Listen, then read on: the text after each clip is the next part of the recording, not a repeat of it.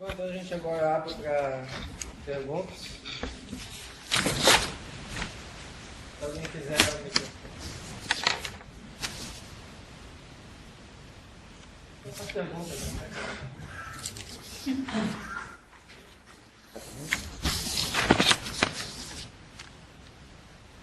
Pode? Tá precisando também. Tá frio, sabe?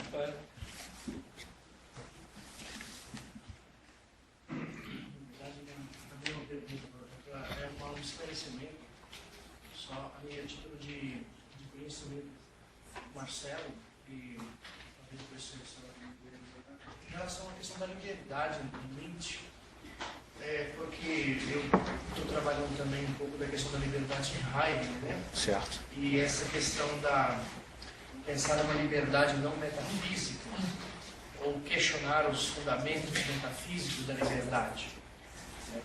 Se eu compreendi bem a tua fala, parece que Nietzsche tem muita essa intenção de retirar a liberdade de seus fundamentos metafísicos, ou tentar, não sei se eu compreendi corretamente. Mas eu queria esclarecer justamente isso. Como é que o Nietzsche compreende a liberdade do homem sem essa vinculação que ela coloca em relação, sem uma determinante moral, sem uma determinante de vontade, né? Nesse sentido. É só um prático de compreensão mesmo, para me compreender. Qual o seu nome mesmo? Vitor. Vitor. Vitor Borges. Vitor Hugo. Vamos lá. Em verdade, Vitor, o trabalho ele se dedica a tentar entender como é que a liberdade, no sentido metafísico, que a gente pode predicar como autonomia através do exercício da razão, né? De como é que esse exercício, essa categoria, ela mesma é válida no interior da filosofia nietzschiana. Tá?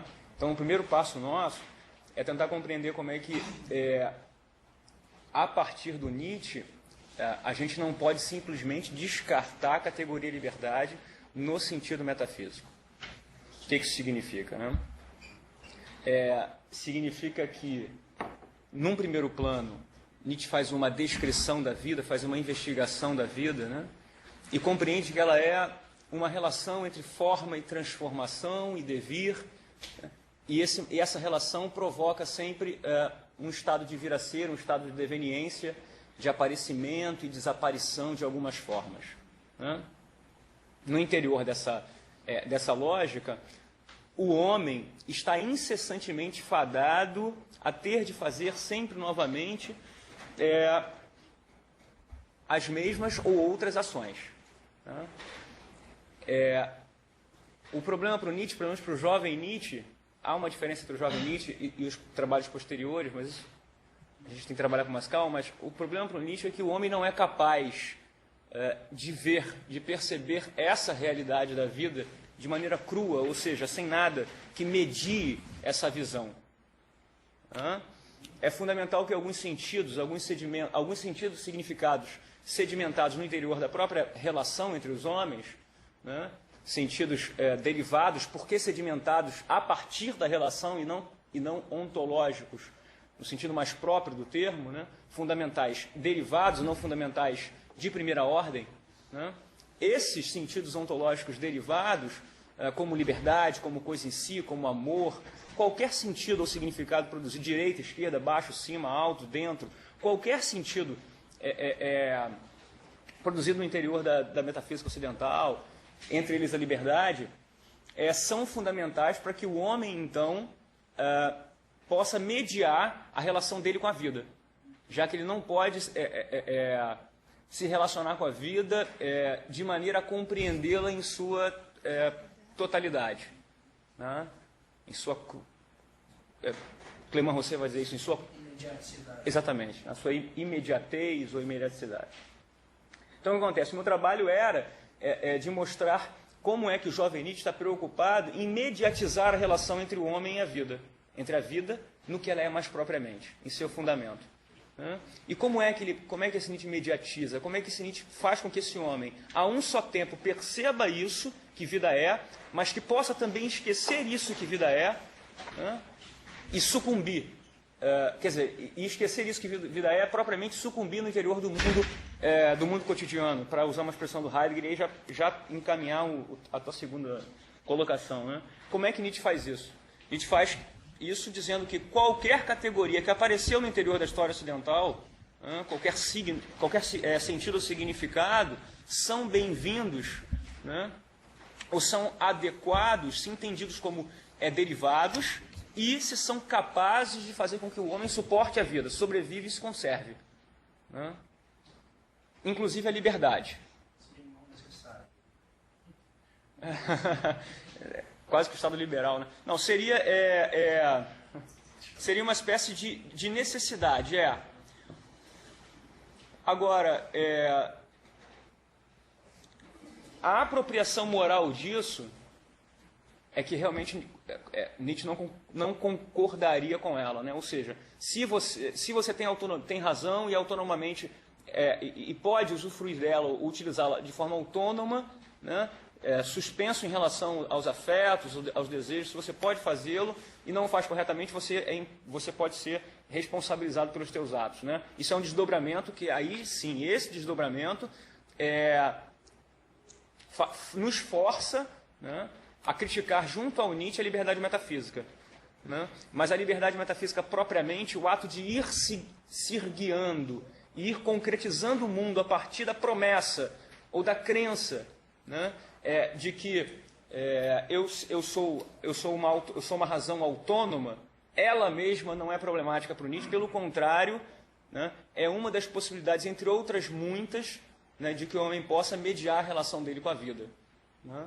Para que ele possa insistir nessa vida que desfaz incessantemente tudo o que ele faz. Caso contrário, a vida se torna um peso pesado demais. Né? Aí a gente pode salvar a liberdade metafísica no Nietzsche, né? Como uma categoria ontológica derivada, como um sentido necessário à vida. Né? Quanto mais o homem lembra da liberdade, né? Quanto mais o homem crê na liberdade, mais os seus olhos são desviados daquilo que vida é mais propriamente. Né? De que ele não tem liberdade alguma, em verdade. Né? Agora, então eu acho que esse desdobramento moral, esse sim que a Amanda colocou, é um problema. Sabe o que acontece? Bom, em relação à liberdade em Heidegger, antes de eu falar um último ponto rapidinho, Gladys, pode ser? Em relação à liberdade em Heidegger, eu acho que essa liberdade em Heidegger talvez seja muito próxima, né, do que o Nietzsche está propondo a partir da utilização da liberdade metafísica, a partir da concretização da liberdade metafísica. Né? O que eu tentei mostrar é que a vida, ela, ao se essencializar, ou seja, ao se transformar, ao atualizar isso que ela é propriamente, né, ela, a um só tempo, se resguarda, mas também, de forma estranha, se deixa perceber. Né? Então, o homem pode, aqui ou ali, em determinados momentos, perceber o que essa vida é. E percebendo o que essa vida é, ele, no caso, se angustia. No caso da angústia, já seria uma relação com o seu poder ser mais próprio, do Dasein, né? Mas, percebendo o que essa vida é para o Nietzsche, o homem se angustiaria, se desesperaria. Né? O que o Nietzsche vai dizer, então, que é fundamental para esse homem? Né? Voltar para esse mundo originário, para esse âmbito originário, que é o âmbito da cotidianidade, ele usa essa palavra, né? No interior do qual ele vivia sem essa compreensão. Como é que ele faz para voltar para esse mundo? Né? Que a própria vida quebrou. Há uma quebra nesse mundo, a própria vida quebra isso, é a folha que foge do galho, que eu disse. Para voltar para esse mundo, esse homem então olha para o passado, para esse passado que incessantemente volta, retorna, incomoda ele, né? Faz com que ele perceba que as coisas passam, e mais, com que ele sinta que as coisas passam, e passam sem que sejam necessariamente finalizadas, a contento, né? A vida faz isso aparecer estranhamente, de súbito, né? E aí resta a esse homem olhar para esse passado, pegar desse passado, selecionar desse passado aquilo que possa estimulá-lo, né? O Walter Benjamin vai dizer, ou o próprio Nietzsche, alguns sentimentos e alguns feitos de grandes heróis, né? Que possam então provar para esse homem que a vida é possível, sempre uma vez mais, homens em vários momentos, né? Em vários momentos conseguindo concretizar a vida, né? Esse homem que está olhando para o passado, numa espécie de relação imediata com o vir a ser, com a vida naquilo que ela é, ele olha para o passado, seleciona esses homens fazendo vida, concretizando vida sempre uma vez mais, e se estimula então, ganha esperança, né? Para fazer vida, para concretizar a vida. Nisso, então, ele esquece a dimensão que a vida é, né? E retorna, então, ao mundo que é o mundo da fazeção, da ação, da cotidianidade, de fazer coisas a partir de sentidos como o da eternidade, o da permanência, né? O da opacidade, né?